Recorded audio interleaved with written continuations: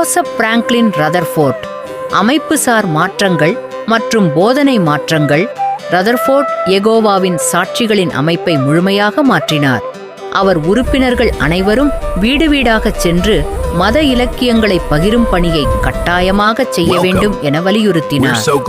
தியோக்ரசி என்ற புதிய அமைப்பு 1938 அவர் தியோக்ரசி தேவாட்சிக் ஆட்சி என்ற சொல்லை அறிமுகப்படுத்தினார். அதாவது யெகோவாவின் சாட்சிகளின் அமைப்பு கடவுளின் நேரடி ஆட்சியாக இருக்க வேண்டும் என்று கூறினார். அந்த காலத்தில் வெளியான கன்சோலேஷன் என்ற இதழில் இதை இப்படி சொல்லப்பட்டது. தியோக்ரசி தற்போது Watch Tower Bible and Tract சாச்சிட்டியால் நடத்தப்படுகிறது. அதன் தலைவர் மற்றும் பொது மேலாளர் ஜட்ஜ் ரதர்ஃபோர்ட் ஆவார். அவர் ஒவ்வொரு பகுதியிலும் உள்ள சபைகளை கண்காணிக்க சோன் சர்வன்கள், இப்போது சர்க்யூட் ஓவர்சியர்கள் என அழைக்கப்படுபவர்கள் நியமித்தார். ஒரு வாட்ச்டவர் கட்டுரையில் அவர் அனைத்து சபைகளும் புதிய அமைப்போடு இணைந்திருக்க வேண்டும் என்று கூறி சபைகளை மைய நிர்வாகத்தின் கீழ் கொண்டு வந்தார். அவரது மரணத்தின் போது நிலைமை 1142. 1442 அவர் இறந்தபோது உலகளாவிய அளவில் கிறிஸ்துவின் மரண நினைவு விழாவில் 1,40,450 பேர் கலந்து கொண்டனர். ஆனால் 1920கள் மற்றும் 1930களில் அவரது மறுசீரமைப்புகளால் பல பழைய பைபிள் ஸ்டூடெண்ட்ஸ் இயக்கத்தினர் விலகினர்.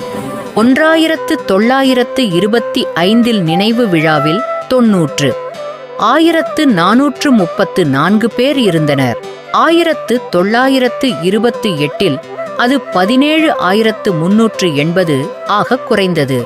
940 வரை மீண்டும் 90,000 கடக்கவில்லை. ஆசிரியர் டோனி வில்ஸ் கூறுவதாவது, அந்த காலத்தில் விலகியவர்கள் மிக பற்றுள்ள பைபிள் ஸ்டூடெண்ட்ஸ். அவர்களுக்கு பதிலாக புதியவர்களே சேர்ந்து வளர்ச்சியை உருவாக்கினர். ஆனால் ரதர்ஃபோர்ட் இதை கர்த்தர் விசுவாசமற்றவர்களை வெளியேற்றுகிறார் என்று விளக்கினார்.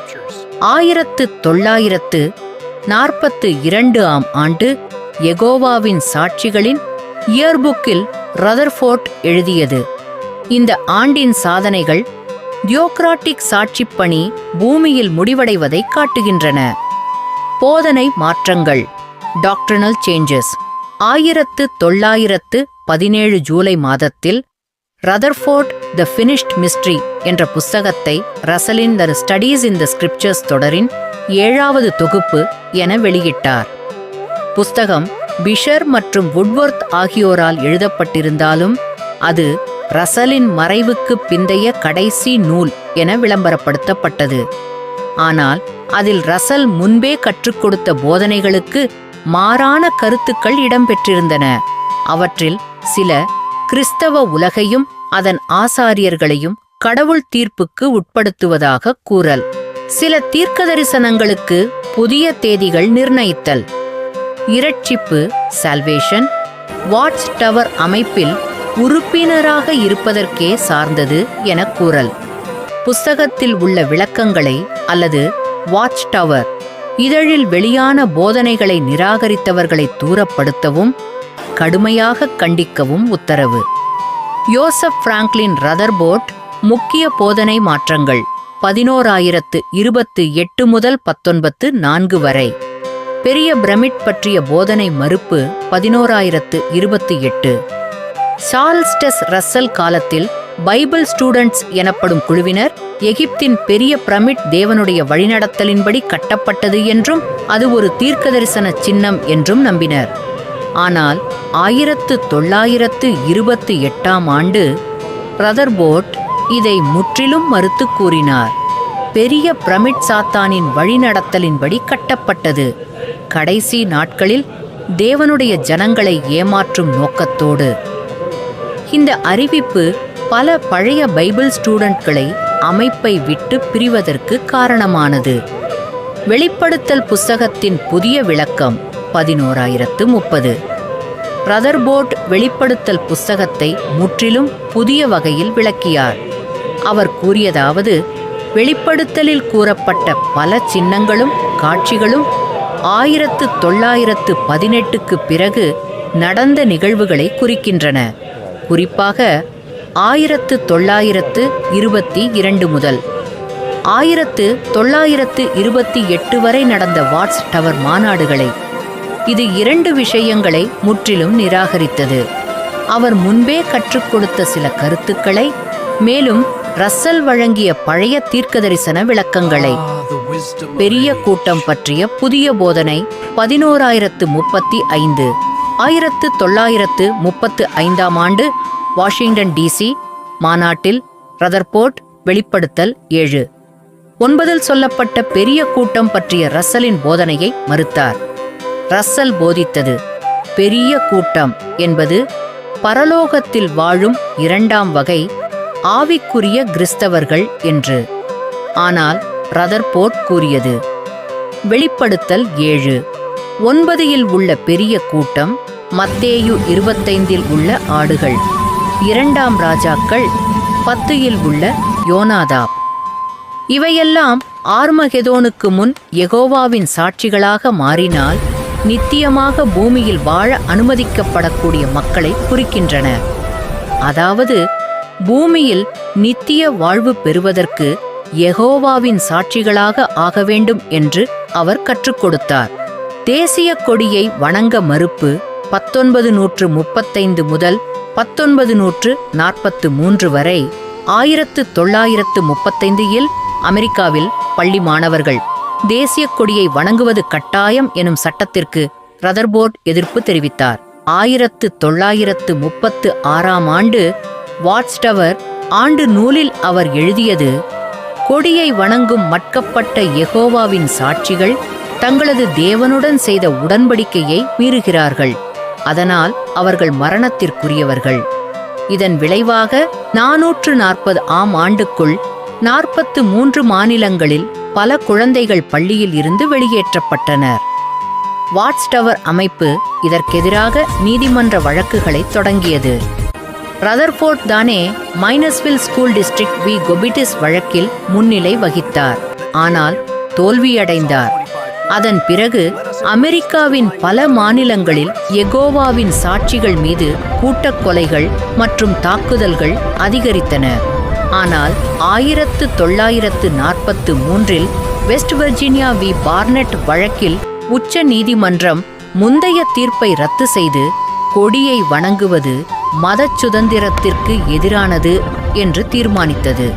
ஒரு அமெரிக்க சட்ட இதழ் இதை பற்றி கூறியது, தொடர்ச்சியான வழக்குகளின் மூலம் யெகோவாவின் சாட்சிகள் அமெரிக்க அரசியலமைப்பின் 14ஆம் திருத்தத்தின் கீழ் கருத்துரிமை மற்றும் மத சுதந்திரம் ஆகியவற்றுக்கு முக்கிய முன்னுதாரணங்களை உருவாக்கினர். யோசப் பிராங்க்லின் ரதர்போர்ட் தனிப்பட்ட குணநலன்கள் மற்றும் நடத்தை, உடல் அமைப்பு மற்றும் பேச்சுத்திறன். ரதர்போர்ட்டை அவரது வாழ்க்கை வரலாற்றாசிரியர்கள் உயரமாகவும் வலுவான உடல் அமைப்புடனும் மாநில மன்ற உறுப்பினர் போன்று மதிப்புடன் நடக்கும் ஒருவராகவும் விவரிக்கின்றனர்.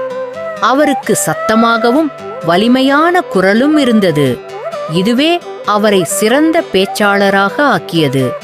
1917ஆம் ஆண்டு தி நியூயார்க் டைம்ஸ் இதழ் அவரை பற்றி எழுதுகிறது.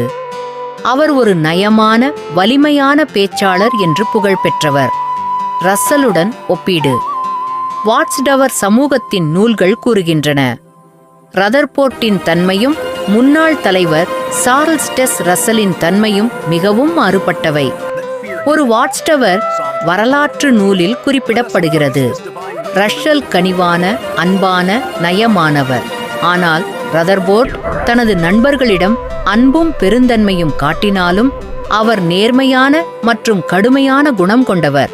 அவரது சட்ட பின்புலமும் வாழ்க்கை அனுபவங்களும் அவரை நேரடியாக பேசுபவராக மாற்றின. இதனால் சிலர் அவரால் புண்பட்டனர். மற்றொரு வாட்ஸ் டவர் பதிவில் கூறுகிறது, அவர் தன் உணர்ச்சிகளை மறைக்கவில்லை. சில நேரங்களில் அவர் கூறும் நேர்மையான வார்த்தைகள் அன்போடு சொன்னாலும் தவறாக புரிந்து கொள்ளப்பட்டன. அவரின் நண்பர் எச்.ஏ. மாக்மில்லன், ரதர்போர்ட் எளிமையாகவும் நேராகவும் பேசுவார். அவர் மிகுந்த நேர்மையான மனிதர். அவர் சொல்வது உண்மையென முழுமையாக நம்பினார். அது வாழ்க்கை மற்றும் மரணம் சார்ந்த விஷயம் என கருதினார். அவர் மேலும் கூறினார், பைபிள் போதனைகளுக்கு எதிராக எதையும் அவர் ஒருபோதும் பொறுத்து கொள்ள மாட்டார். உண்மையை குறித்த விஷயத்தில் சமரசம் செய்யும் போக்கு போல தோன்றும் எதையும் அவர் அனுமதிக்க மாட்டார். பிற எழுத்தாளர்களின் மதிப்பீடுகள்.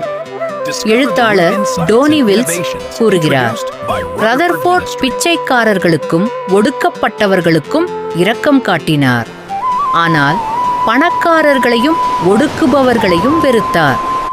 மேலும் அவர் ஒரு உற்சாகமான, பொறுமையற்ற, வெளிப்படையான மனிதர் என்று குறிப்பிடுகிறார். ஜேம்ஸ் பென்டன் அவரை கடுமையான மனநிலை மாறுபாடுகள் கொண்டவர், சீற்றம் அதிகம், தன்னை எதிர்ப்பவர்களை சாத்தானுடையவர்கள் என நினைத்தவர் என்று வர்ணிக்கிறார். அலன் ரோஜர்சன் எழுதுகிறார், தனது முக்கியத்துவத்தில் மயங்கிய, உணர்ச்சியற்ற, கடுமையான மற்றும் ஆணவமான நபர். 1917ஆம் ஆண்டின் தலைமைச் சண்டை. 1917இல் 4 வாட்ச் டவர் இயக்குநர்கள் அவரை எதிர்த்தபோது ரதர்போர்ட்டின் திடமான குணமும் தன் நம்பிக்கைக்காக போராடும் உறுதியும் வெளிப்பட்டன. பென்டன் கூறுகிறார்,